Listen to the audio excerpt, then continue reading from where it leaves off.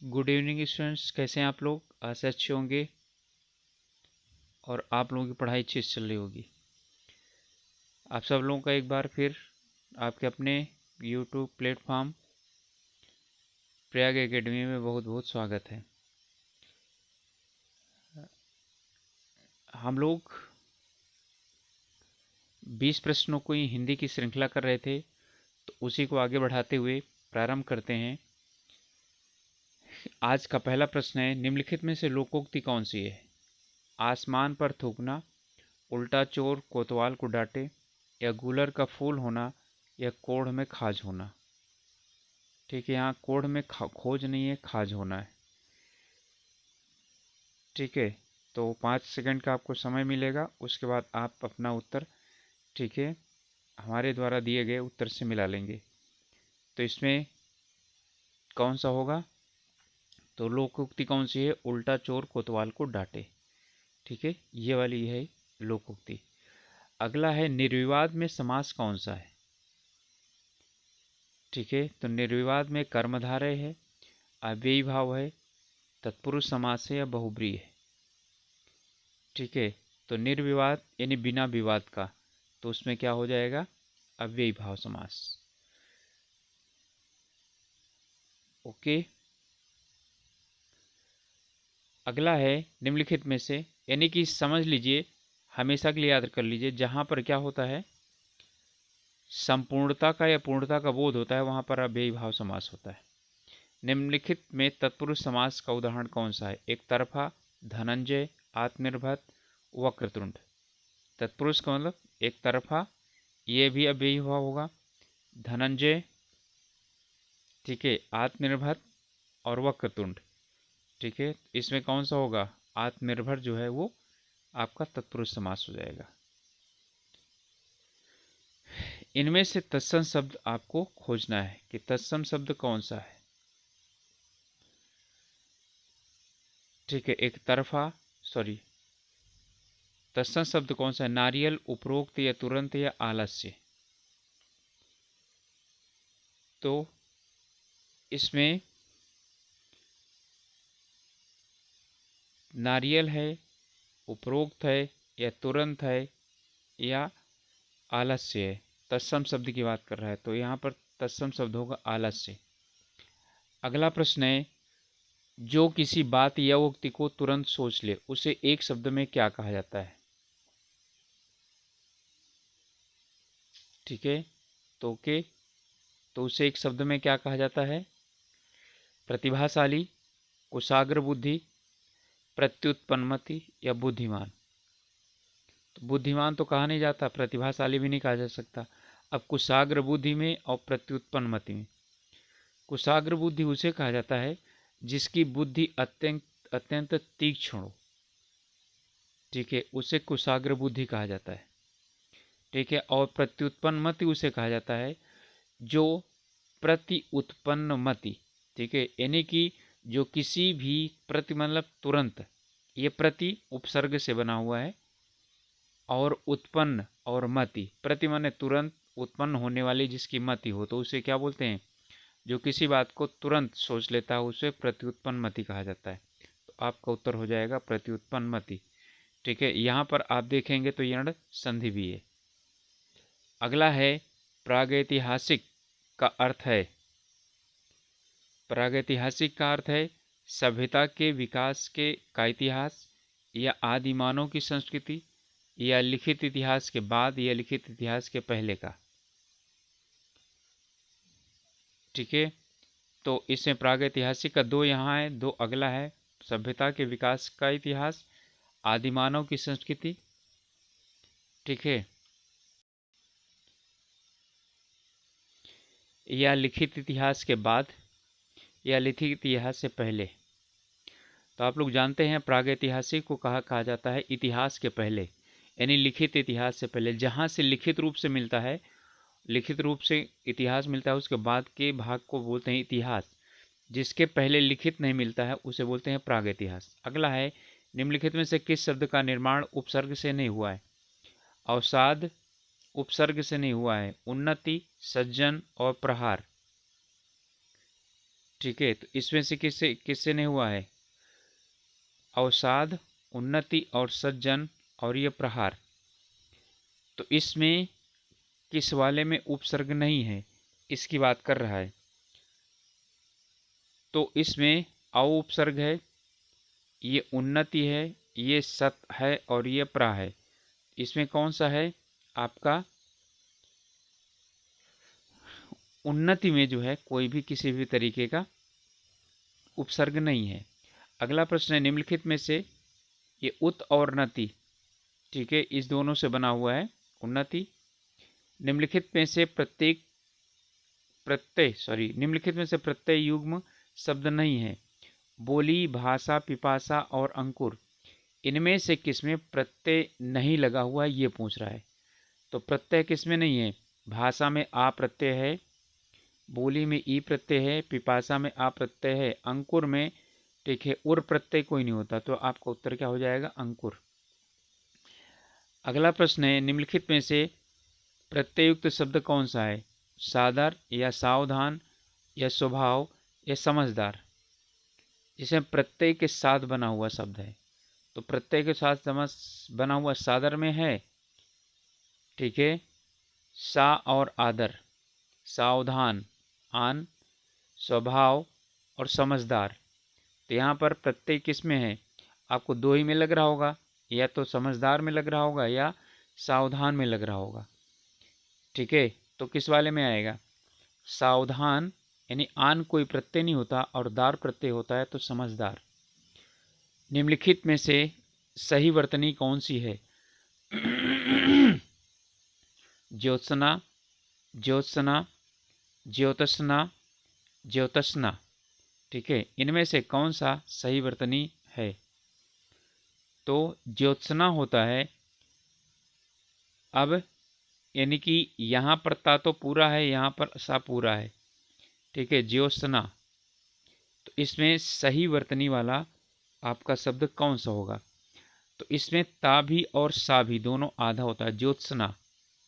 इसलिए ता और आ सा जो है दोनों आधे हैं, तो ये जो है आपका ये वाला सही हो जाएगा, बाकी सब गलत हो जाएंगे।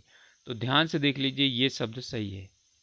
अगला है, निम्नलिखित में से रात्रि का पर्यायवाची कौन नहीं है? यामिनी, सरवरी, संसक या सशंक होना चाहिए, और छपा। ओके, तो इसमें छपा जो है ये रात्रि का पर्यायवाची शब्द है। यहाँ से कभी भी मत आप क्या करिएगा, गड़बड़ करिएगा, ठीक है। तो इसका है जो है संसक, ठीक है, ये इसका पर्यायवाची शब्द नहीं है। निषिद्ध शब्द का विलोम शब्द कौन सा है? विहित, संदिग्ध, ठीक है, अनुपयोगी और प्रतिबंधित, ठीक है। तो निषिद्ध का विलोम शब्द है, निषिद्ध का ही होता है प्रतिबंधित, ठीक है। तो निषिद्ध का क्या होता है? विहित होता है। ओके, निषिद्ध का मतलब रोक लगाना, विहित का मतलब क्या है? जहां पर आपको, ठीक है, आने जाने की छूट देने का, ठीक है, यानी कि छूट मिलती हो, वो उसे बोलते हैं विहित। अब इसके बाद है, निम्नलिखित शब्दों में से अग्नि का पर्यायवाची शब्द कौन सा है? पीयूष, पावक, अंबर और मयंक। ये तो तुरंत आप लोगों को समझ में आ गया होगा, इसका पावक होगा। ये चंद्रमा का है, ये आकाश का है, और ये पीयूष यानी अमृत का है। निम्नलिखित वाक्यों में से कौन सा वाक्य सर्वाधिक सही है? ओके, इसमें वाक्य सही की बात कर रहा है, तो कौन सा वाक्य सही है? चलिए, यद्यपि तुम अजनबी हो परंतु मैं तुम्हें अपना मानता हूँ। यद्यपि तुम अजनबी हो मैं तुम्हें ही अपना मानता हूँ। यद्यपि तुम अजनबी हो मैं तुमको ही अपना मानता हूँ। यद्यपि तुम अजनबी हो तथापि मैं तुम्हें अपना मानता हूँ, ठीक है। तो आप इसमें देखिए, यद्यपि और तथापि ये दोनों एक साथ जो है ना, ये यद्यपि और तथापि एक साथ जो है ना जुड़ते हैं। तो यहाँ यद्यपि और तथापि से जुड़ा हुआ है, तो ये आपका क्या हो जाएगा? यही वाला सही हो जाएगा। यदि तुम अजनबी हो तथापि मैं तुम अपना मानता हूँ, परंतु मैं तुम्हें अपना मानता हूँ, ये कौन है? ठीक है, यानी कि यद्यपि तुम अजनबी फिर भी मैं तुम्हें मानता हूँ, ठीक है। परंतु जो है इसका कारण बताना होता है। परंतु कारण बताने के लिए प्रयोग किया जाता है, इसलिए परंतु यहाँ पर नहीं होगा, तथापि होगा, फिर भी होगा। ठीक है, अगला प्रश्न है, महर्षि शब्द में कौन सी संधि है? दीर्घ संधि, वृद्धि संधि, गुण संधि, ईरण संधि। ठीक है, तो महर्षि में महा और ऋषि यानी आ के बाद रा आया है। ठीक है, तो दीर्घ तो होगा नहीं, वृद्धि भी नहीं होगा, तो क्या चूज जाएगी, कौन सी संधि? आ के बाद कोई असमान स्वर आता है तो ये बन जाता है। ठीक है, तो क्या हो जाएगा, गुण संधि हो जाएगा। ईर्ण में तो क्या होता है, ठीक है, ई उ री और री के बाद कोई शब्द आता है तब, यहाँ पर तो आ के बाद आया तो गुण संधि है। उल्लास का संधि विच्छेद है, ये व्यंजन संधि है। उल्लास, उल्लास, उल्लास और उत्लास। ठीक है, यहाँ ता के बाद यदि ला आता है तो क्या हो जाता है, ठीक है, ता जो है वो ला में परिवर्तित हो जाता है, तो इसका संधि विच्छेद होगा उत और लास। किसी विषय में विद्वत्ता प्राप्त करने के लिए आवश्यक है, क्या आवश्यक है? प्रतियोगिता, अध्यावसाय, चिंतन या मनन। ठीक है, यानी कि किसी भी विषय में अच्छी तरह से जानकारी प्राप्त करने के लिए क्या है, इनकी जरूरत नहीं होती है। किसकी जरूरत होती है? अध्यावसाय की, यानी खुद अपने आप अध्ययन करने की आवश्यकता होती है। अगला है, सुमित्रानंद पंत का जन्म कब हुआ था? भवाली में हुआ था, यानी कब और कहाँ हुआ था? नैनीताल, अल्मोड़ा, कौसानी। तो आप लोग जानते हैं कौसाली में 1900 में हुआ था। भारत, भगवान भारतवर्ष में गूंजे हमारी भारती किस कवि की रचना की पंक्ति है? भगवान भारतवर्ष में गूंजे हमारी भारती, ये कविता किस रचना की पंक्ति है? रचनाकार की पंक्ति है। रामधारी सिंह दिनकर, रामनरेश त्रिपाठी, श्याम नारायण पांडे या मैथिली शरण गुप्त। ठीक है, तो ये हैं मैथिली शरण गुप्त की, भारत भारती से लिया गया है। पहाड़ पर लालटेन की रचनाकार कौन है? रमेश चंद्र शाह, शिवानी, मंगलेश डबराल या नागार्जुन। आप लोग इतनी बार पढ़ चुके होंगे कि बिल्कुल रट गया होगा, मंगलेश डबराल हैं। जयशंकर प्रसाद बहुत बड़े नाटककार थे, उन्होंने नाटक की रचना की। इनमें से किस नाटक की उन्होंने क्या किया था, रचना की थी? अजातशत्रु, शशिगुप्त, झांसी की रानी या राजमुकुट। तो उन्होंने किसकी रचना की थी? अजातशत्रु की। निम्नलिखित में से रीतिकालीन कवि कौन है? मीराबाई, नाभादास, सूरदास या बिहारीलाल। रीतिकाल की बात कर रहा है, तो मीराबाई, सूरदास और नाभादास ये सब क्या हैं? कृष्ण भक्ति शाखा के कवि हैं। तो बिहारीलाल क्या हैं? इसका उत्तर हो जाएगा कि बिहारीलाल रीतिकाल के कवि हैं। ओके, अगला प्रश्न है,